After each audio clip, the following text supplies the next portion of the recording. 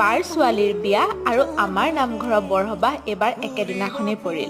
সেইবাবে আগদিনাখনেই বাহঁতৰ ঘৰলৈ গৈ অলপ বিয়াৰ পৰিৱেশ উপভোগ কৰি আহিলোঁ, যাতে পাছদিনাখন অলপ সময় নামঘৰত কটাই আকৌ বিয়ালৈ যাব পাৰোঁ।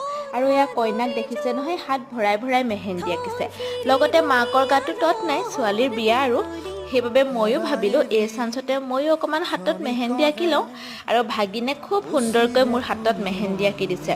সঁচাকৈ আজিকালি ল'ৰা ছোৱালীবোৰ সকলো ক্ষেত্ৰতে ইমান আগবঢ়া, আমিহে জানো কিয় কোনো ক্ষেত্ৰতেই আগবাঢ়িব নোৱাৰিলোঁ। আৰু পাছদিনাখন ৰাতিপুৱাই নামঘৰলৈ আহি সকলোৰে লগতে নামত বহিলোঁ। এই সময়খিনি সঁচাকৈ ইমান ভাল লাগে, মনটো কিবা পবিত্ৰ পবিত্ৰ অনুভৱ হয়, নহয়নে?